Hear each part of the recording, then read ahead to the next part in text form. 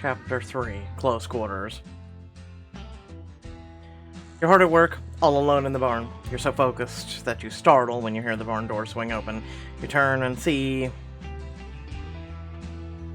His eyes blaze with desire. In a few strides, he crosses the room. Then he's upon you, kissing you fiercely. You really know how much I want you, Dolly. Show me.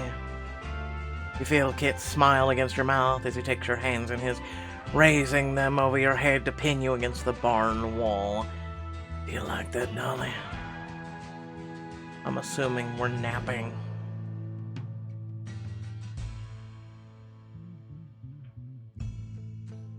Kit, please. Don't hold back. I need you so bad. Your wish is my command. His hands drop to the curve of your ass, and he pulls you hard against him. Lips never leaving yours, he presses his body along yours, his desire for you hard and insistent against your hip bone. Yeah, but aren't we supposed to be against the wall, not him? Just throwing that out there. Kit's mouth moves along your jaw and down your neck. You gasp and you feel the scrape of his teeth against the soft skin of your throat. I can't take it anymore, Dolly. I need all of you now. Kit pulls away, just long enough to tug your shirt over your head, bending to press his lips to the swell of your breasts. You frantically pop the button of his jeans while his hands grip the bare skin of your hips. God, Dolly, I wanted this for so long. As you pull his underwear down, you gasp at the sight of him. So hard. Skin is practically, it's hot against you. You grab onto him, this sensation of every inch of you touching, every inch of him electrifying. And then you wake up.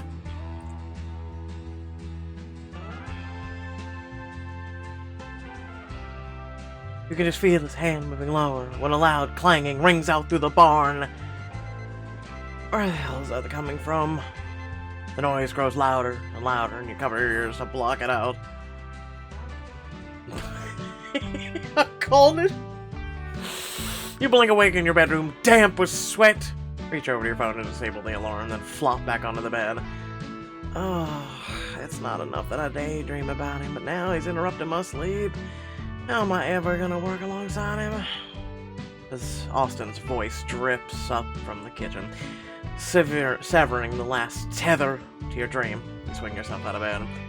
I can't let this distract me. Nothing's gonna get in the way of me contributing to this place. In the kitchen, Kit's already at his regular post by the stove. You smell bacon, but on the countertop next to the stove are those pancakes with bacon on the top? That's right, my home-smoked pork belly pancakes. There's bacon all around through them, and before you judge, try them, alright? You've already been approved by yours truly, so you know they're good. Kit sets a platter of pancakes on the table, while Austin forks a short stack onto his plate. You take a tentative taste. Kit, these are incredible. Glad you like them. Gotta say, Pip, surprised to see you up and early. I told you I'm here to help. Whatever time we start on the ranch, that's when I'll be up. Speaking of, I ought to apologize. It's not your fault. You don't know how this place works. I'm gonna make sure you learn the ropes.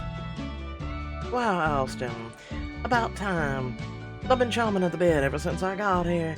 I know you're set in your ways, but help is help. I know you're up for it, and I'm glad a pair of extra hands really makes a difference, especially on days like today. What's happening today? I got a big meeting with a rancher from parts near Amarillo. His stallion's a real favorite on the circuit.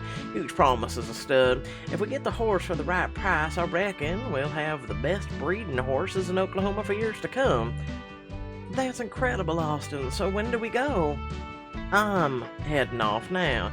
You and Kit are holding down the fort while I'm gone. He'll teach you what's what. Me and Kit? You can't teach me? I want to learn things the right way, you know, like Mom and Dad always taught you. Kit learned the same way I did. You two will be fine. alone altogether today? I'm not sure we will. Don't let Kit shake you off, you hear? Make sure he shows you everything. Slams down his mug and hurries out, leaving you and Kit alone. After a long pause, Kit shakes his head and rises from the table. You should go get dressed. Make sure to wear something a little more suited to the job than what you've been. Got a problem with my clothing, Kit? You heard, Austin. We need to work today, and I, for one, don't plan to disappoint. You buy back a retort and head upstairs to your bedroom to consult your closet. They say dress for the job you want. I think I have just the outfit.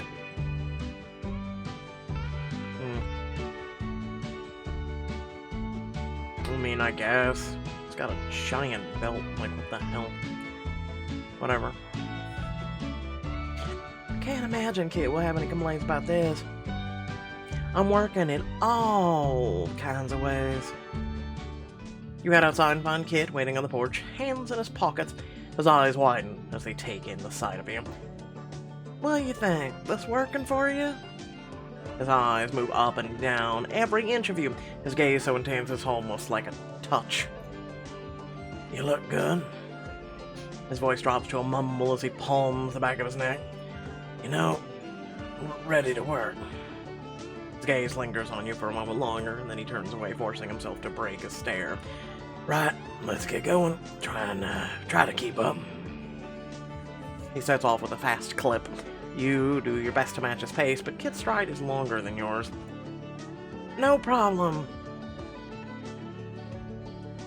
Kit crosses the paddock, heads into the stables, turning to wait for you, hands in his pockets. We're starting with the stables.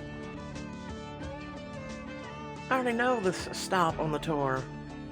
Austin was pretty damn specific about how he wanted this to go down. We gotta do it his way, or... What, he'll bench me forever? Something like that. You know your brother, there's only ever one right way with him. Okay then, show me how it's done. Alright, first things first. Fresh food, water twice a day, keep the trough and the buckets clean. I like to clean out their hoods while they're eating. They're usually calmer then. You know what where we keep the tools, right? Same place as always, right? Yep. We rotate each animal, or which animal exercises on the paddock, and which go out to pasture. Check them for injuries while you're leading them out. If they all look good, go ahead and muck out their stalls and put them down a fresh bedding once they're out, I got it? Food, water, clean, check for injuries when I send them out to the pasture. Austin asked me to watch you run through it once. I thought maybe you could try on Buttercup. Try. You've been ridiculous, but for Austin's sake, I'll start by filling up the water and food. You carefully think through the steps after food and water, cleaning the hooves, and it comes next. Next, I'm gonna clean her hooves. Looks like that outfit ain't just for show. You got this down to a science. I'm not sure it's complicated as all that, but I do know a thing or two about working this ranch. Soon enough, you finished every task, and Kit smiles. Well done. Buttercup is due for a day of grazing. Lead her out to a pasture, and we can continue down the line. You're lucky, Buttercup. A whole day out to pasture. Usually, putting them out to pasture means something else. I had to. Together, you get through all the animals in the stalls. By the time you finish, you both worked up a sweat, and the sun is high in the sky. Well done, partner. Let's keep moving. Next stop's the tack room. But as you pass through the barn doors, you notice the Bronco nosing his latch. Kit strides ahead. Hey, hold up. The last stall didn't latch quite right. Our Bronco's smart. He'd work it open in no time. You dart back and fasten the latch correctly and pull on the stall door to be sure, much to the Bronco's disappointment. I just wanted to go outside, fam. What the hell? Good catch. Don't need any hell raising from him today. At least someone sees that I'm good for something around this place. You did one good thing. Obviously you're familiar with the tack room, but you might not be familiar with the rodeo-specific tack. I've always wanted to try training the horses to take roping reins. We have a set of those. It's what you use in barrel racing. Kit reaches for the reins at the same time as you, and your hands touch. When you glance his way, he squeezes your hand lightly. You draw closer until you're inches apart. You can feel his breath on your cheek. Your pulse quickens as you turn to him. I could show you how to use a rope like this. His eyes drop to your lips, and his gaze darkens. For a moment, it feels like anything could happen. Then, with a shake of his head, Kit takes an unsteady step backwards, exhaling heavily. Not today, though, some other time. Austin will be the one to tell you what you need to train each horse, but for now, let's head to the barn. Inside, you smile and inhale the familiar hay and equipment oil smells. You turn to Kit, smiling softly. Reminds me of curling up with a book when it rained. It's so hard to find time alone around the ranch. I love coming here to escape to a different world for a while. Kit looks you over thoughtfully, a thrill starting up your skin at his gaze. Still looking to escape this place? No, not anymore. Real life is pretty interesting for me. Sounds like this place is full of good memories. You can't help but notice the way his eyes slide over the curves of your body so slowly it almost feels like a caress. It is. Now that I'm back, I'm expecting to be making a lot more memories here soon. Is that right? What sort of memories are you planning to make? The dream that you woke up with flashes back into your mind, so vivid you can almost feel his hands roaming every inch of your body. What? For the love of... Diamond choice, clearly, you know. Bringing you here for starters. Is that right? And when do you see me agreeing to that? We got a schedule to keep, you know. Come on, kid, it's just a hayloft. The ranch will keep a few minutes longer. He laughs and then catches the sparkle in your eye. He gestures to the ladder. Fine, then, go ahead. But let me give you a hand. That ladder gotten pretty rickety lately. I keep meaning to replace it. Sure enough, you slip a few steps up. In a moment, Kit's behind you, his hands clasping your waist to support you. You glance over your shoulder and realize Kit's face is inches from yours. You can feel the heat of his breath on your skin. Kit. His eyes drop to your mouth, and you see his breath hitch. And then he pulls away, dropping his hand and tilting his head up to the loft. Go on, be careful. You reach the top and take a familiar look around the familiar, beloved space. Kit joins you a moment later, and you feel his eyes on you as you move around the loft. You smell... The smell sure brings me back. Nothing like it. Can't say I mind the way you spiffed the place up either, but you look like something else was on your mind. I was just thinking how, much smaller it feels. I used to hang around this lot for hours, exploring every corner and cranny. It felt so small. Now... Well, you have grown. It's not just that. It served a purpose for me back then. It felt like it was the only space where I could be really me. You no longer have your security blanket. That comes with growing up. But that ain't a bad thing. I suppose that's right. Security blanket, huh? You take a few more steps across the loft, and a little nook tucked behind one of the beams catches your eyes. I can't believe I've forgotten all about my secret stash. Stash? What sort of stuff do you need to stash, darling? All those sorts of things. Notes from friends, carnival toys, a crush won for me. I may even swiped a bottle or two of beer from the kitchen on occasion. Oh, bona fide rebel. He bends over you as you pry up the loose floorboard that hides your treasures. You can't help but notice how close his body is to yours. So you're gonna show me what you kept inside? Some old photos. Oh, wow. Remind me never to cut my hair like that again. He squints to get a closer look at the photo. Who's that? With their arm around you? One of your friends? You don't recognize him? That's Tom Koval, who we dated, gosh. Beginning of freshman year? His brow furrows with disapproval. I guess I didn't realize y'all were a thing. Probably because I never talked about it. They never really felt right. Oh, why not? Because the only person I had eyes for was, well, you. Even then? Absolutely. I tried to fight it, dated other people, but none of it worked. You were always there, just out of reach, my dream man. That is very blatant to admit. Pretty bold.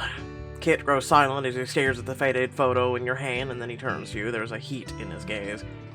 I didn't realize you felt that way. Really? I doubt I hid it very well. Sure. I guess that you had a crush, but I figured it was puppy love. Maybe it was back then, but it's different now. He moves closer, his body just inches away, the heat off his skin, warming the air between you. So what's changed? It's no longer puppy love, my friend. Honestly, nothing. Every person I've been with, I've held up against you. I've had my heart set on you since I was as long as I can remember, and still do. Tom, some mystery you have to solve, an itch to scratch. It's not an accusation. He's clearly intrigued, as evidenced by him inching closer. No, it's just a fact. I've always wanted you. I still want you, and I want this. Slowly, Kit raises a hand to your cheek, cupping it softly with his work, rough hand. His eyes never leaving yours. His work, rough hand? Both hands, if you work on a farm, are pretty rough, fam. I hate to tell you that. Are you sure, Dolly? Because you should know I'm a bad news. Always been. I know what I'm getting into, kid. I've never been more sure of anything in my life. Eyes blazing with desire. His hand slides around to cup the back of your neck. In a moment, his lips are on yours. The spark between you bursts into flames immediately, and you wrap your arms around Kit, pressing your body against him. He slides a hand over the curve of your waist to the small of your back, pressing you against him as his kisses grow fiercer. Is this what you've been dreaming of, Dolly? Yes, but it's not everything I've been dreaming. You press your lips to his again, relishing the low groan that escapes him. As your kisses grow fiercer, more desperate with need, you run a hand over the taut muscles of his back, the other sliding down the length of his muscled arm. Oh, God. His voice is rough with desire as he murmurs your name between kisses. It sends a shiver down your spine. Stop fighting this, we both want it. Oh, yeah. He pulls back, sucking in a sharp breath, and shakes his head. I'm sorry. I don't know what I was thinking. Kit, what are you talking about? What would your brother say if he saw us, Dolly? What would we say to Austin? That, like, his little sister grew up, and that you're a fully grown man and you're both consenting adults? I don't know. This premise of drama in this book is really unneeded. Without another word, he retreats down the ladder, leaving you to follow in silence. You follow Kit out of the barn. He crosses the field to a fence that encloses one of your pastures. I feel like that kiss in the hayloft has Kit shook. He's clearly trying to put as much distance between us as possible. Quick! Jump on his back and hang on! Suddenly he whirls on you. Dolly, we need to talk about last night. You think? Which part? What's that supposed to mean? There were a lot of parts. Avoiding me at the bar, kissing me in the alley, walking off without an explanation. All worth talking about, if you ask me. You speaking of kissing, and we seem to be doing more and more of that. He raises a hand to stop you. Let me just say my piece. I know violence isn't a solution, and I'm sure that you had to see that. Wait. You think the problem is that you resorted to violence? Come on, Kit, the real problem is there's something between us, and you insist on pretending it ain't there. It ain't about pretending. I'm respecting the fact that you're Austin's sister. Austin would want me to protect you, not... What are you doing? What are you doing? If you're in a relationship with someone, right, you aim even more to protect that person. You're an idiot. What wouldn't Austin want you to do, Kit? Recognize that I'm grown. I know you're an adult. That doesn't mean we get to be adults together. Oh, are you the underage one then? You can say that till you're blue in the face, kid. I'm not buying it. You kiss me back. You touch me. You want exactly what I do here. Look, I'm sorry about last night, okay? All of it was a mistake, and that's all I'll say about it. And with that, he turns and stalks off towards the property line without another backward glance, leaving you to finish your chores alone. At the end of the day, you ache down to your bones and have blisters on your hands, but you finished every task. Once Austin sees what I've accomplished, he'll have to agree I've made for this. No, he won't. You finish up brushing down Buttercup. How do you think I did today, girl? I passed? Good to know. I'll hand that report back to Austin first thing in the morning. Sleep tight. Your stomach growls as you make your way back to the house. Inside the house, Kit is already working on chopping vegetables for dinner. He glances up when you enter, but says nothing. So, were you gonna tell me why you stormed off like that? Do you really think that helped things? I know it didn't. I'm sorry again. I need some space. Can we take a mulligan on this one? What the hell is a mulligan? Sure, as long as you plan on sharing whatever it is you're cooking. I think I can manage that. You take a seat at the kitchen table as Kit continues with food. Where's Austin? I thought he'd be back by now. He just called. Won't be back till around midnight. Something to do with closing the deal. If Austin can't make it home for supper, what's all this for? You got enough food here to feed a small army. I've already gotten started when he called. But if you wanted to help me out, you could turn this into a damn good pot of chili, plus the leftovers freeze well.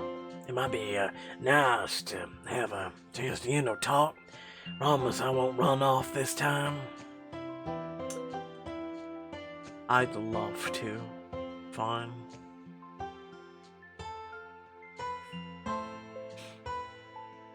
Kit lets a rare, relieved grin shine through. Great, that's great. So I'm guessing the chili is something special if it requires all this? That's right. Can't make a world-famous chili without best ingredients. World famous, huh? You better make it spicy. He waves his hand, dismissing you. Nope, none of that. I ain't accepting any notes until you've tasted it. What can I say? I'm a woman who knows what she wants. He watches. He grabs a few jalapenos from a produce bottle. In that case, careful what you wish for, darling. Things in here are about to get hot. You can feel the heat rise in your cheeks, and when you glance at Kit, you see he's heard the implication in the words too, but neither of you say anything. Once the prep is done, Kit adds oil and onions to the pot of the stove. You've captivated at the level of care it takes to get it right. I didn't realize how good you gotten at this, Kit. You're a serious chef. You sure cooking now? The college dorm isn't glad at your judgment? If anything, all that ramen only made me appreciate a good home-cooked meal. It's true. God, is it true? A genuine smile spreads across his lips. You know, your dad's the one who got me into this. Cooking, I mean. Really? I didn't know that. Yep. Summer after my mom died, I was here pretty much all the time. I was too young. When Kit lost his mom, it's easy to forget what a big deal that must have been for him. Your dad told me every cowboy should know how to polish his own boots, fix his car, and make a real brisket. Wow. Those aren't the only things a cowboy should know. Oh yeah, what kind of things you referring to? Can't you guess, Kit? He licks his lips, the muscles in his jaw tensing. You feel your bodies drift closer. As though magnetized, his eyes hook on your lips as you lean towards him. Why don't you enlighten me? Clearly I'm talking about doctoring boxed cornbread, so it actually tastes better than styrofoam. A good moist cornbread.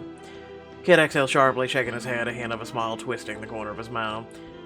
I'll leave that to you. The chili's at a critical stage. The two of you continue prepping the food. You notice Kit's pensive look as he carefully stirs the pot. Your folks treated me like family, no questions asked, just folded me in. I needed that more than I was able to say at the time. When they died, Austin became more than a friend. We all know my dad's a damn deadbeat. Austin's my real family. Carefully, mournfully, across the small distance between you. Somehow, both unfathomably far and uncomfortably close. Don't you get it, darling? That's why it has to be this way between us. I can't hurt the family I have. I see why you feel that way, and it makes sense.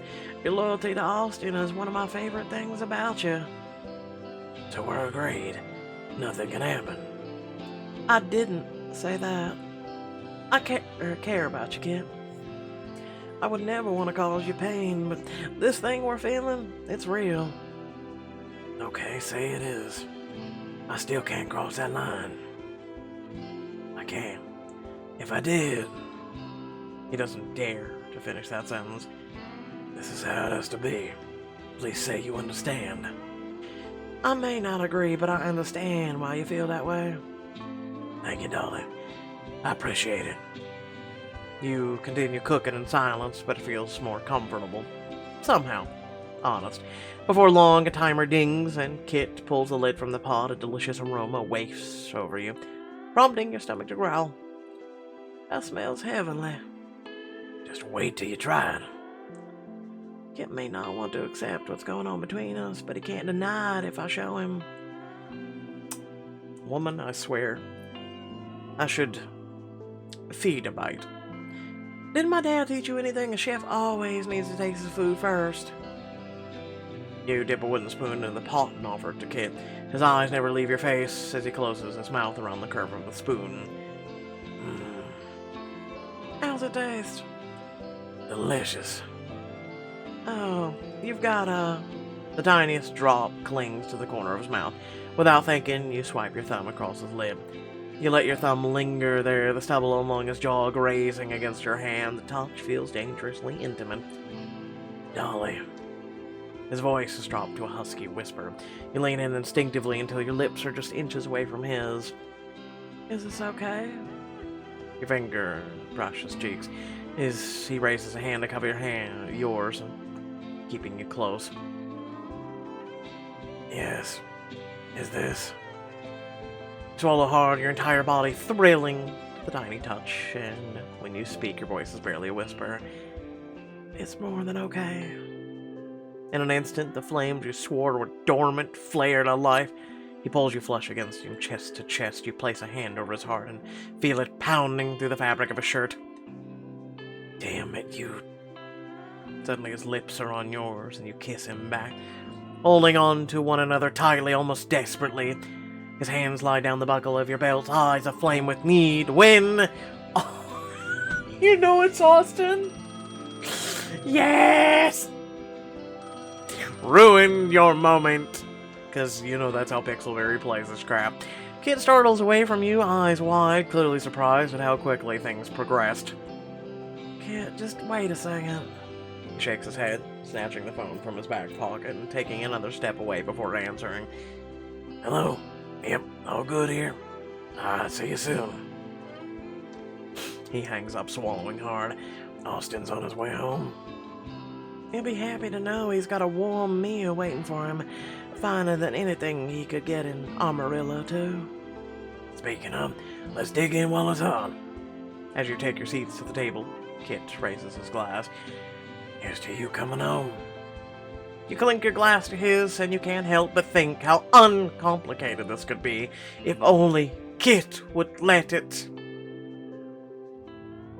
Long after you've gone to bed, you're awake by a mournful howl in the distance. Just a coyote. Sounds lonely. You try to go back to sleep, but your eyes are wide open. Finally unable to shake the vague unease, you decide to fix yourself a cup of tea. You're about to head into the kitchen, but from the bottom of the stairs you hear two voices talking loud. You stop just short of the door and you see Austin and Kit sitting at the kitchen table, a bottle of whiskey between them. That's never a good thing. I know I shouldn't have done it, Austin, but I just couldn't seem to help myself. Dolly is my priority. You know that, don't you? Of course. I always known that. Austin leans in close, forcing Kit to look him in the eye. I'm gonna say this once. Crossing the line with Dolly is a capital offense. She's about all I hold sacred in this world. You don't catch Kit's mumbled reply. Just the sound of chairs scraping. You creep back upstairs, worry sitting heavy in your stomach. Does Austin know what happened between me and Kit? And if he does, What are we gonna do? Oh my god, you might need your brother's approval? Oh man, you know what? Maybe. Okay, so there's a southern tradition, right? I know it's a tradition that, it isn't just southern, but it's mainly upheld in southern, okay? Where, like, if you're, like, looking to be serious with a woman, right? And I'm one of those people who kind of still upholds traditions in some aspects or one way or another. You typically go to like the next of kin or the father, right? And you're like, yo, I'm really serious about your daughter. I just want you to know my intentions are to protect her, take care of her, and, treat her like a queen, right? And it isn't just about marriage either. You don't approach the father just, on marriage. So you want to become best of friends for those people because those are people that are also, if they are a good family, they do keep you in check. And they also keep everything else in check. So if there's something going on, you need to talk to somebody, hey, it's family. And that might have been what's going on. I feel like maybe Kit went to him, said, hey, I'm just wanted to let you know there's something happened between me and Dolly. I have feelings for her. And Austin probably was like, listen, dude, she's all I hold secret or sacred.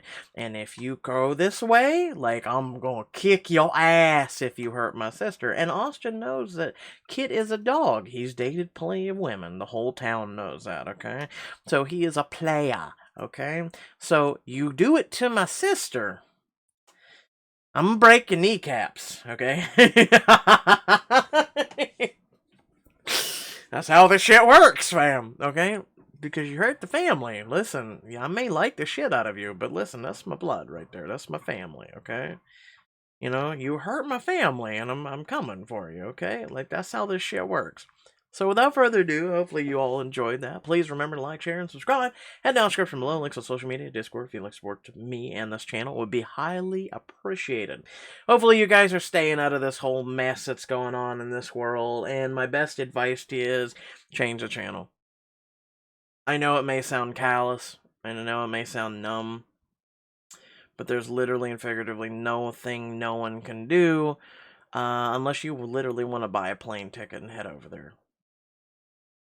Because, let's put it this way, and I'll keep this 5 seconds or less. The world's posturing, the politicians are posturing, and the whole world's just watching the slow, agonizing, I don't know, death of a country. And that's the best way I can put it. So hopefully you guys are staying above the water. Hopefully you guys are enjoying it. It's about the only time I will ever talk about that. That's it. There's no videos, there's no vignettes, there's no nothing. Hopefully you guys enjoy the content. Much love and appreciation. And we're all in this together. I love your beautiful faces, and I'll catch y'all later. Peace out.